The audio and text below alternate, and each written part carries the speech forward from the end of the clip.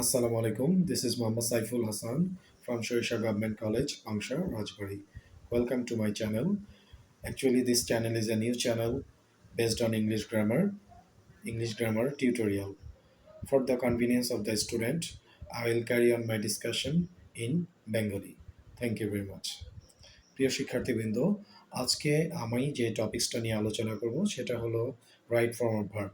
Right form of verb ইংরেজি গ্রামারের একটা বৃহৎ অংশ জুড়ে আছে।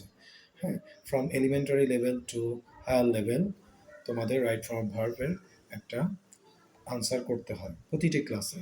সো তোমরা যদি এই টপিক্সটার উপর ফোকাস করো, শুধু তোমরা যে এডুকেশন বা অনলি সার্টিফিকেটের জন্য যে রান করছো তা না, তোমাদের ইংরেজির যে সেন্টেন্স কনস্ট্রাকশন আছে এবং অন্যান্য যে সেক্টরগুলো আছে বা টপিকসগুলো আছে, তোমরা আই থিঙ্ক এই right form of verb complete করলে তোমরা অন্য টপিকসগুলোতে ভালো করতে পারবে।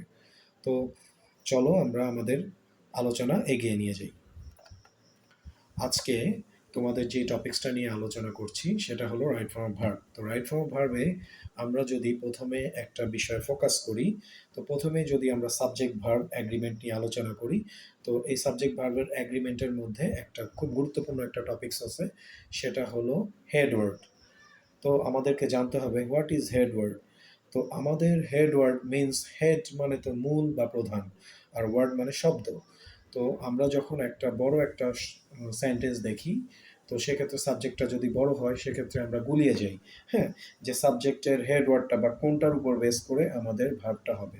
কারণ সাবজেক্ট ভার্ব অ্যাগ্রিমেন্টে অনেক মানে ভার্বটা নির্ভর করে সাবজেক্টের উপর।